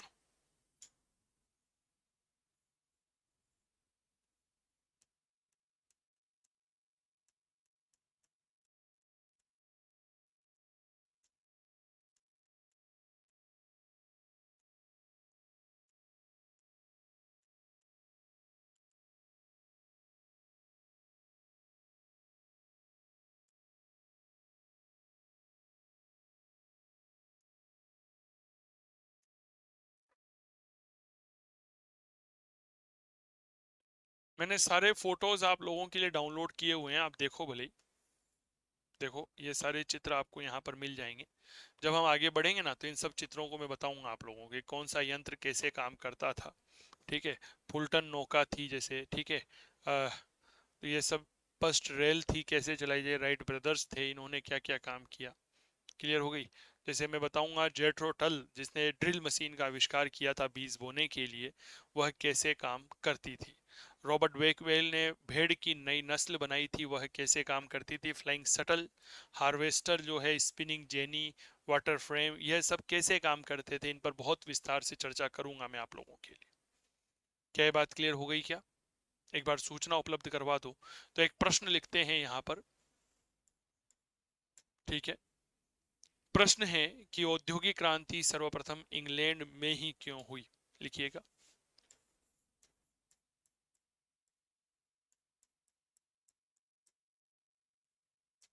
औद्योगिक क्रांति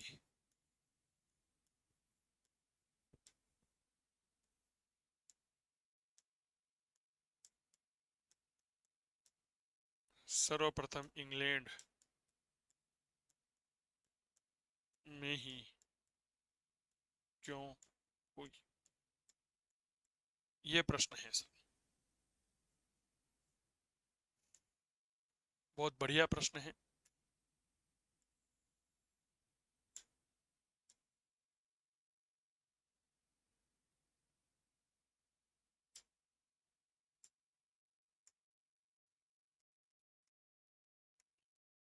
सर, इस प्रश्न में ही औद्योगिक क्रांति के कारण जो है ना, वह निहित है।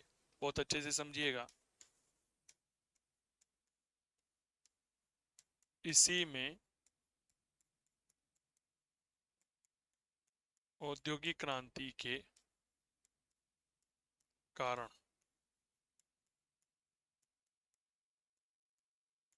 निहित है। इसी में आपको पता चलेगा कि भाई साहब, औद्योगिक क्रांति जो है वह इंग्लैंड में ही क्यों हुई और औद्योगिक क्रांति के क्या क्या कारण थे। ठीक है, तो आइए शुरुआत करते हैं। जैसे सबसे पहले बात करते हैं कि औद्योगिक क्रांति इंग्लैंड में इसलिए हुई क्योंकि यहाँ पर पैसा बहुत था, पूंजी बहुत उपलब्ध थी। पूंजी क्यों थी? क्योंकि इंग्लैंड में पूंजी ज्यादा थी, क्योंकि यह पूंजी वह उपनिवेशों से प्राप्त करते थे। आप याद करो, इंग्लैंड ने भारत से इतना पैसा लूटा भाई साहब, इतना पैसा लूटा कि आज अगर वो पैसा भारत में आ जाए तो कहा जाता है कि भारत की गरीबी दूर हो सकती है। भारत में 80 वर्ष तक कोई टैक्स नहीं लगाया जा सकता। इसी के ऊपर आप याद करिए दादा भाई नौरोजी ने ड्रेन ऑफ वेल्थ का सिद्धांत दिया था। ठीक है, तो पूंजी की उपलब्धता, इंग्लैंड में पूंजी ज्यादा थी क्योंकि यह उपनिवेशों से प्राप्त होती थी। पहला।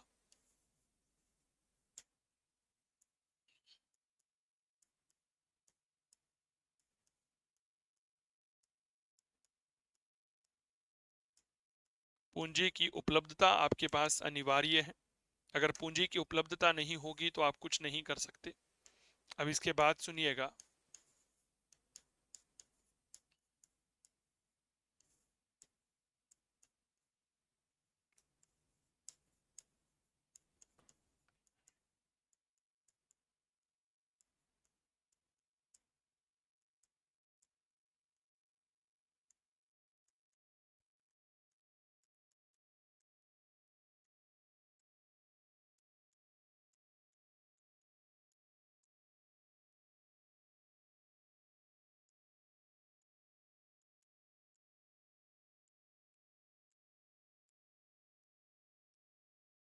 समझ में आ गई। इंग्लैंड को उपनिवेशों से पूंजी प्राप्त हो जाया करती थी, इसीलिए वहां पर पूंजी ज्यादा थी।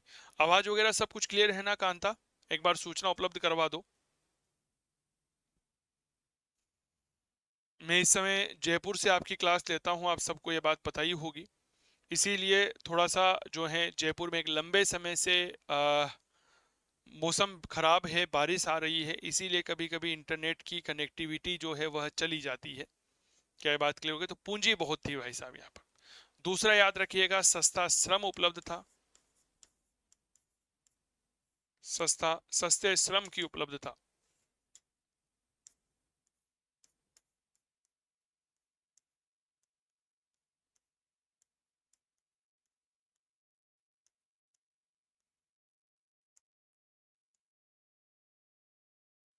ठीक है, सस्ता श्रम आपके पास उपलब्ध होना चाहिए। अगली बात, जलवायु भी भाई साहब बहुत महत्व करती है। पूछो क्यों? अगर आपके यहाँ की जलवायु ठंडी है तो जो आप रेशमी वस्त्र तैयार करेंगे उसका धागा टूट जाएगा। अगर आपकी जलवायु गर्म है तो वह भी टूट जाएगा, इसीलिए एक आर्द्रता चाहिए। ठीक है, तो इंग्लैंड की जलवायु में आर्द्रता विद्यमान थी जो सूती वस्त्र उद्योग के लिए सहायक सिद्ध हुई। लिखिएगा,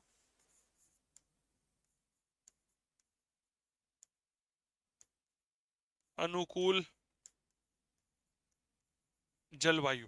आप एक बात बताओ ना यार, बहुत ज्यादा गर्मी में आप काम कर सकते हो क्या? नहीं कर सकते, आपकी उत्पादन क्षमता कम हो जाएगी। बहुत ज्यादा सर्दी में काम कर सकते हो? नहीं कर सकते, आपकी उत्पादन क्षमता कम हो जाएगी। तो यहां पर याद रखिएगा,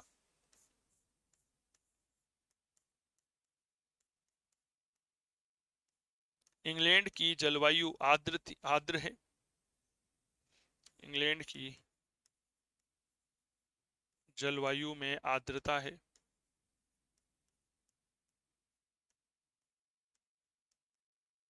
आर्द्रता है, इसलिए यह सूती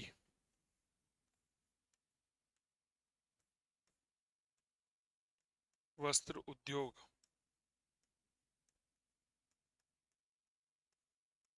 के लिए सहायक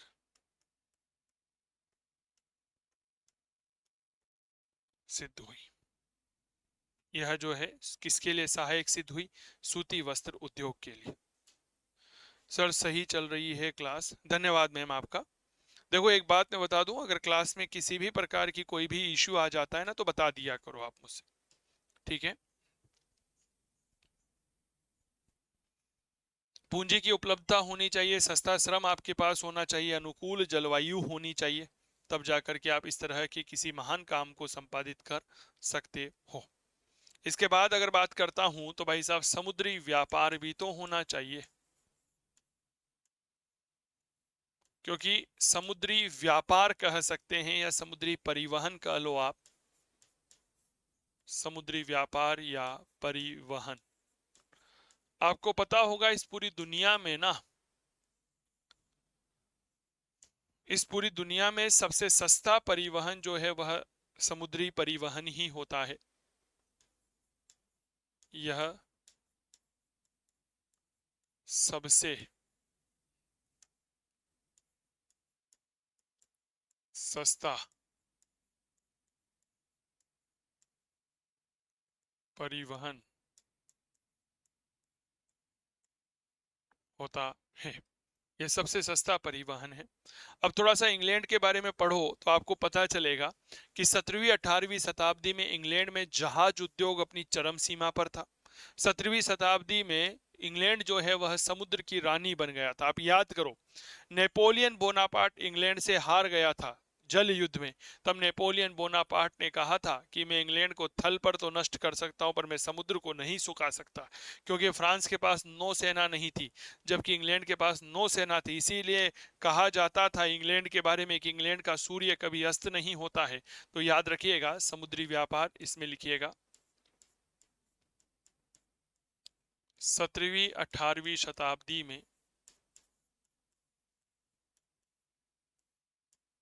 शताब्दी में इंग्लैंड में जहाज उद्योग का विकास हुआ।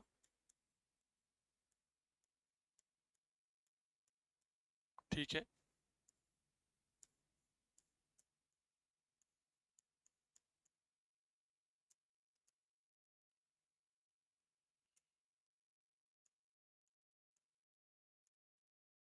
समुद्र की रानी, द क्वीन ऑफ सी कहलाता था।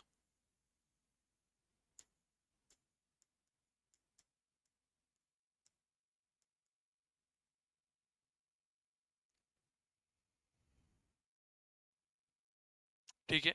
कच्चा माल आपके पास होना चाहिए।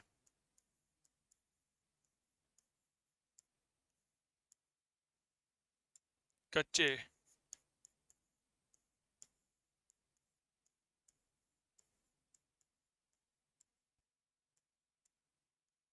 माल की उपलब्धता।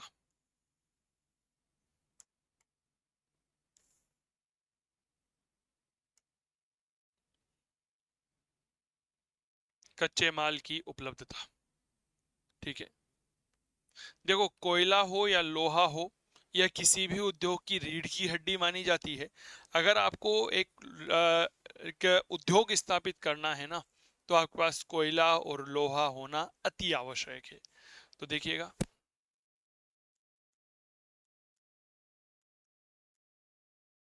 कोयला व लोहा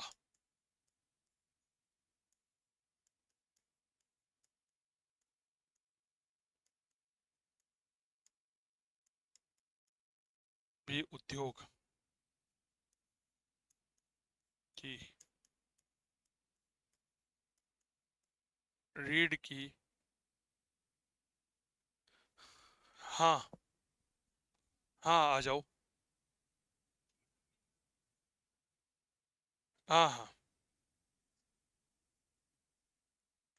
रीढ़ की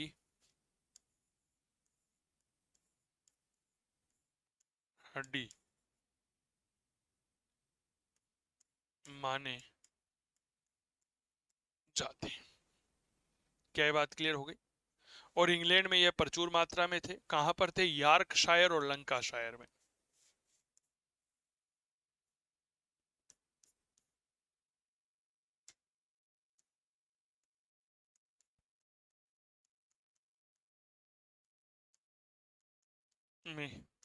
यह प्रचुर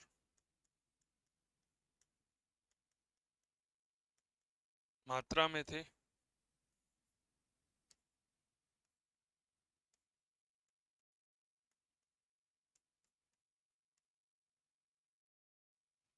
यॉर्कशायर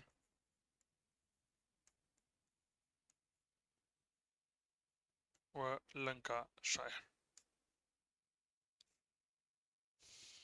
ठीक है।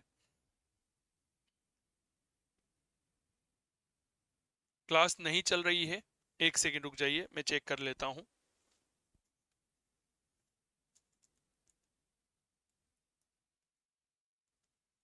कांता, क्लास चल रही है, एक बार रिफ्रेश करेंगी आप? Please refresh your class. एक बार रिफ्रेश करेंगी। इंटरनेट प्रॉब्लम आपकी तरफ से है या मेरी तरफ से है? क्योंकि मेरे तो क्लास चल रही है, मेरे तो जो है मैं यहाँ पे देख पा रहा हूँ, तो मेरी क्लास लगातार चल रही है और यहाँ पर किसी भी, मैंने देखा तो मेरी क्लास चल रही है। एक बार आप रिफ्रेश करिए, ठीक है। चलिए, तो यॉर्कशायर और लंकाशायर में कोयला और लोहा बड़ा प्रचुर मात्रा में था। और आप याद करो, यॉर्कशायर और लंकाशायर जो है, यह इंग्लैंड में मूल रूप से सूती वस्त्र उत्पादन के केंद्र बिंदु भी थे। क्या ये बात क्लियर हो गई? हाँ, अब सही है ना? देखो, कभी अगर आपके इस तरह की कोई तकनीकी समस्या आती है ना, तो आप क्लास को रिफ्रेश कर लिया करो, ठीक है। क्लास को रिफ्रेश कर लिया करो, इस वजह से क्या है ना, आपकी क्लास जो है वह वापस स्टार्ट हो जाएगी, कोई समस्या उसमें नहीं होगी। चलिए, तो यॉर्कशायर और लंकाशायर जो है, मूल रूप से यह सूती वस्त्र उत्पादन के केंद्र भी थे। इंग्लैंड में यह प्रचुर मात्रा में थे, कच्चे माल उपलब्ध था यहाँ पर, ठीक है। चलिए साहब, इसके बाद आगे बढ़े। चलिए, तो एक याद रखिएगा भाई साहब, पैसा चाहिए तो बैंकिंग व्यवस्था भी तो होनी चाहिए, बैंकिंग व्यवस्था, है ना, ताकि लोन वगैरह मिल सके, क्योंकि बिना लोन के तो कुछ होता ही नहीं है आजकल तो। क्या मैं ठीक कह रहा हूं? बैंकिंग व्यवस्था, इसीलिए इंग्लैंड, कहते इंग्लैंड समय से बहुत आगे था। 1694 में ही इंग्लैंड में बैंक ऑफ इंग्लैंड की स्थापना हो गई थी, लिखिएगा।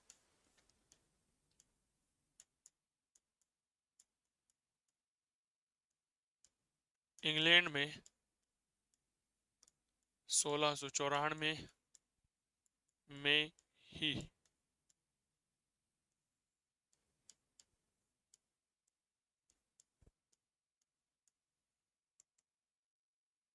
बैंक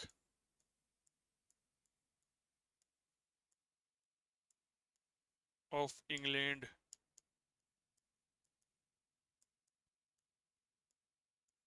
की स्थापना हुई, बैंक ऑफ इंग्लैंड की स्थापना हो गई।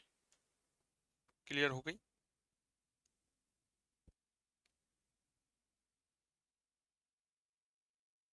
ये है सर बैंक ऑफ इंग्लैंड का वह भवन जिसमें बैंक ऑफ इंग्लैंड चलता है, आपके सामने नजर आ रहा होगा।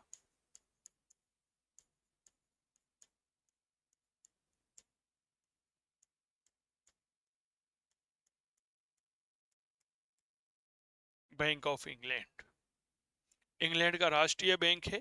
जैसे हमारे यहाँ भारतीय रिजर्व बैंक होता है ना, ठीक उसी प्रकार यहाँ पर क्या होता है, या इंग्लैंड, बैंक ऑफ इंग्लैंड होता है।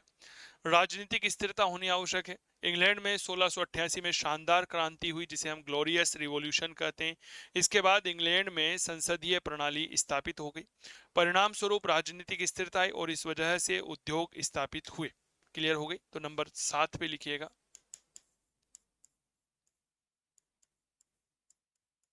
राजनीतिक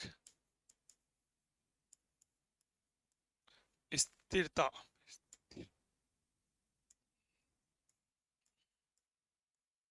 राजनीतिक स्थिरता यानी कि पॉलिटिकल स्टेबिलिटी कहते हैं इसे।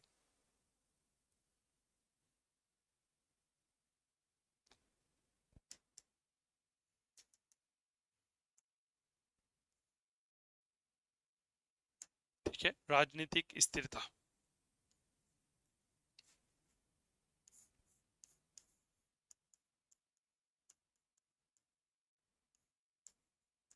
इंग्लैंड में 1688 ईस्वी की शानदार क्रांति, ये क्रांति का नाम ही शानदार क्रांति है, याद रखना। क्रांति का नाम क्या है? तो भाई साहब शानदार क्रांति है। इसे हम इंग्लिश में कहते हैं, डेट्स कॉल्ड ग्लोरियस, GLORI,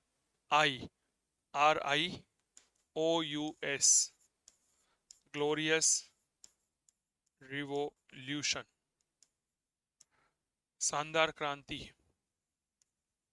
हुई। इसके बाद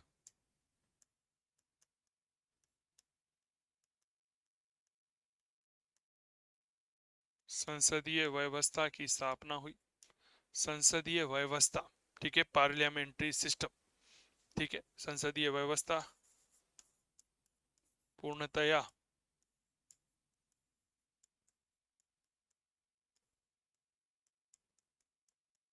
स्थापित हो गई।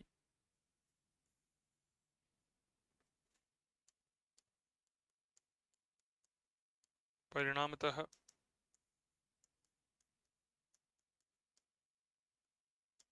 इंग्लैंड में राजनीतिक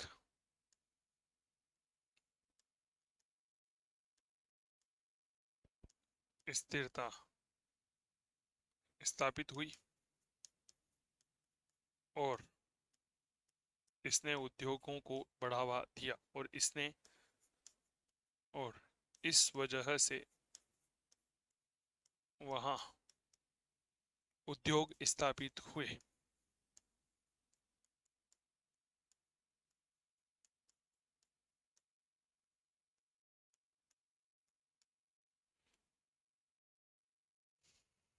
क्लियर हो गई। एक थोड़ा सा शानदार क्रांति यानी कि ग्लोरियस रिवॉल्यूशन याद रखिएगा। इसके बाद संसदीय व्यवस्था स्थापित हो गई, इंग्लैंड में राजनीतिक स्थिरता स्थापित हुई, ठीक है, और इस वजह से वहां पर उद्योग जो है वह स्थापित हो गए। भाई साहब, आपके मन में वैज्ञानिक दृष्टिकोण भी तो होना चाहिए ना।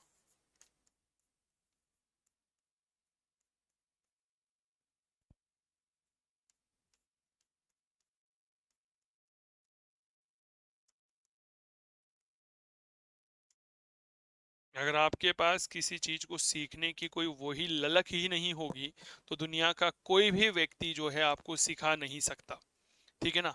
अगर प्यास नहीं होगी तो भाई साहब आप भले ही कुएं पर बैठे हुए हैं तब भी प्यास नहीं लगेगी, लेकिन प्यास होगी और कुआं 1 किलोमीटर दूर है तब भी आप पानी पीने के लिए जाएंगे क्योंकि प्यास लग रही है।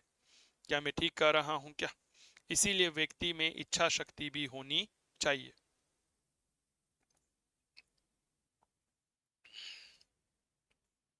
उम्मीद करता हूं यह चीजें आपकी क्लियर हो गई होगी। चलो एक बार मैं आप लोगों को बता देता हूं कि आज हमने क्या क्या पढ़ लिया है। देखिए, सबसे पहले हमने हमारी बात को रखने का प्रयास किया, औद्योगिक क्रांति क्या होती है। तो हमने पढ़ा, परिचय पढ़ लिया, क्या परिवर्तन हुए, आवश्यक कारक पढ़ लिए, महत्वपूर्ण पहलू, प्रारंभ इंग्लैंड में ही क्यों हुआ था, यह भी हमने पढ़ लिया, और इनको हम कारण भी कहते हैं, है ना, कि भाई क्या क्या कारण थे, ठीक है। और फिर वैज्ञानिक और तकनीकी विकास, ये मैं कल की क्लास में आप लोगों के साथ में साझा करूंगा। औद्योगिक क्रांति क्या है, उद्योगों में परिवर्तन, हस्तचालित औजारों का स्थान मशीनों ने ले लिया, ठीक है। 18वीं शताब्दी में मूल रूप से अगर मैं बात करता हूं तो यूरोप एक कृषि प्रधान था, कारखाने नहीं थे, मशीनें नहीं थी क्योंकि लाइट नहीं थे, ठीक है, विकसित नहीं था, मानव श्रम था। और इंग्लैंड में औद्योगिक क्रांति 1770 में हुई, राजा जॉर्ज तृतीय था। उत्पादन प्रक्रिया में हुआ परिवर्तन जिसके तहत हस्तचालित औजारों का स्थान शक्तिशाली चालित यंत्रों या औजारों ने ले लिया। औद्योगिक क्रांति के पहले उत्पादन प्रक्रिया धीमी थी, लागत ज्यादा थी, मानव श्रम से उत्पादन होता था, एक रूपता नहीं थी। औद्योगिक क्रांति के बाद उत्पादन प्रक्रिया तेज हुई, लागत में कमी आई, ठीक है, मशीनों में उत्पादन होने लगा, एक रूपता थी। एक लाइन और याद लिख लो, कृषि प्रधान समाज था।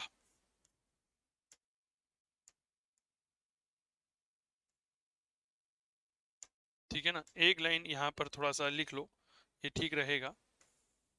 हालांकि मैंने बाद में लिखवा दिया है पर फिर भी लिख लो,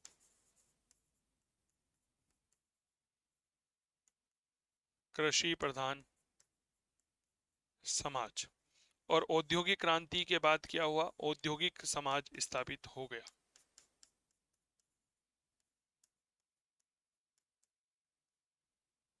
औद्योगिक समाज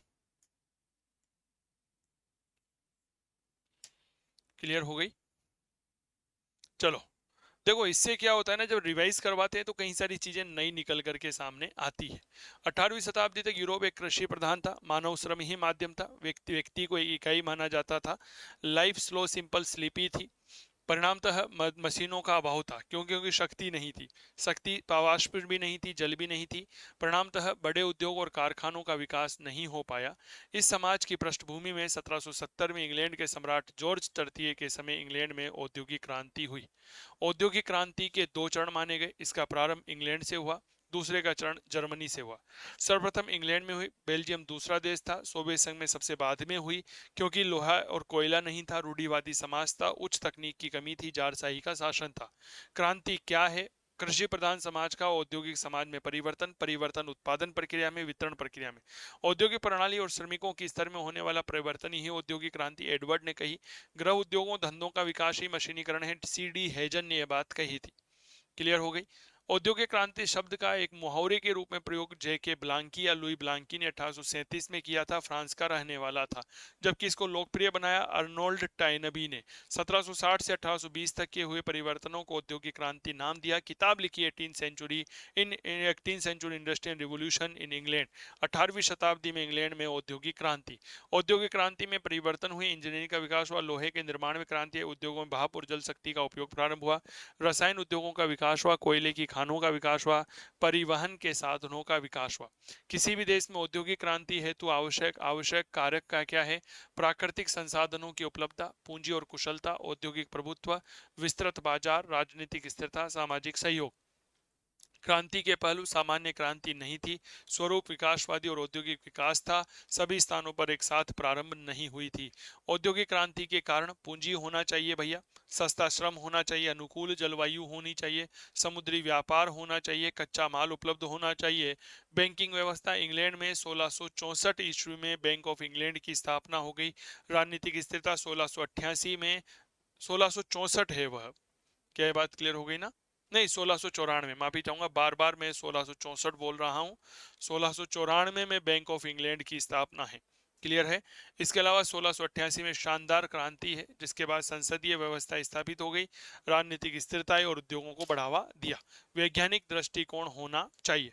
क्या ये बात क्लियर हो गई? कल हम आपके बीच में लेकर आएंगे औद्योगिक क्रांति के वैज्ञानिक और तकनीकी पहलू या तकनीकी विकास, जिसके अंतर्गत हम कृषि क्षेत्र में जो परिवर्तन आया उनकी चर्चा करूंगा। बहुत आभार आप सभी का। स्वस्थ रहें, मस्त रहें, तंदुरुस्त रहें और करते रहें इतिहास की बात चंदू जैन के साथ। मैं मान के चलता हूं कि कई सारी नई बातें आपको यहां पर सीखने को मिलेगी। धन्यवाद।